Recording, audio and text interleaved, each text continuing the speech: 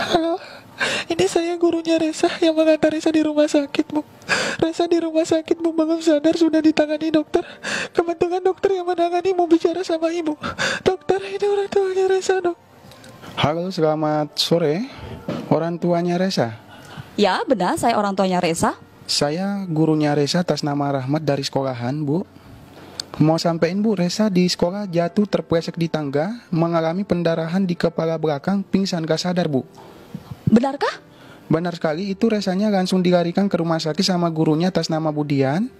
Untuk informasi lebih lanjut, untuk mengenai rumah sakit dan kondisi terakhirnya, silakan dihubungi langsung Ibu Dian yang berangkat tadi mengantar Resa ke rumah sakit, Bu, ya. Ini nomornya dicatat, Bu, langsung dihubungi 0812 1245 7221. Langsung dihubungi, Bu, ya, karena itu ditungguin hubungannya, Bu, biar ke rumah sakit juga mendampingi Resa. Terima kasih, selamat sore. Setelah orang tua mendengar telepon tadi, tentunya akan melakukan atau akan mengalami kepanikan. Kemudian akan menelpon kembali nomor yang telah diutarakan oleh para pelaku untuk melakukan konfirmasi.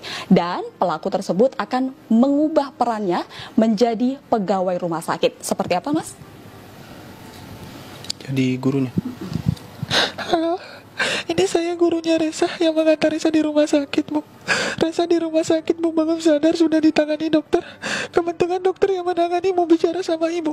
Dokter, ini orang tuanya Resa, Dok. Dan setelah melakukan konfirmasi kepada gurunya tersebut, pelaku akan berpura-pura meminta uang untuk melakukan pembayaran di rumah sakit. Dan uang tersebut setiap kali melakukan penipuan berkisar antara berapa sih? 17.700.000. Ini sudah melakukan aksi ini sejak tahun 2009. Lalu data-data orang tua ini didapatkan dari mana? Dari sekolah.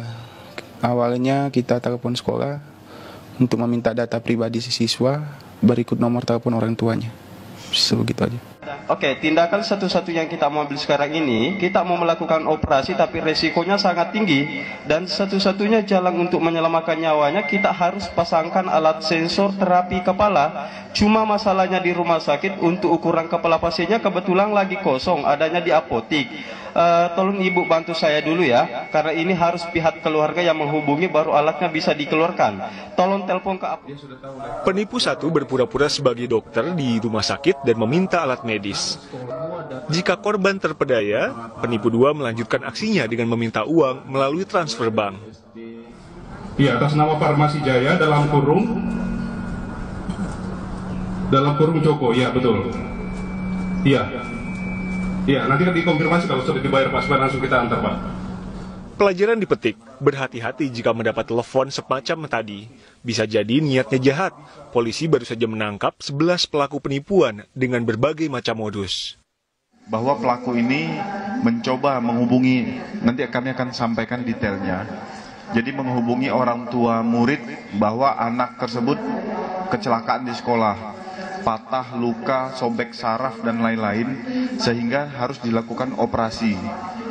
Ada yang berperan sebagai guru, ada berperan sebagai dokter rumah sakit, ada yang berperan sebagai anak korban yang nangis-nangis, ada yang berperan membuka rekening, ada yang berperan mengambil hasil kejahatan itu. Jadi komplit. Lalu dari mana para pelaku mendapat data dan nomor telepon para korban?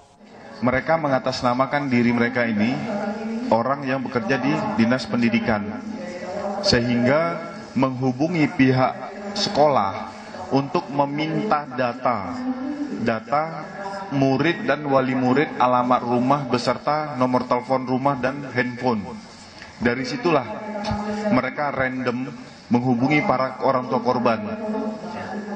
Jaringan penipu yang berasal dari Sidrap dan Makassar ini telah beraksi sejak tahun 2011 di sejumlah daerah dan merampok uang hingga jutaan rupiah per korbannya.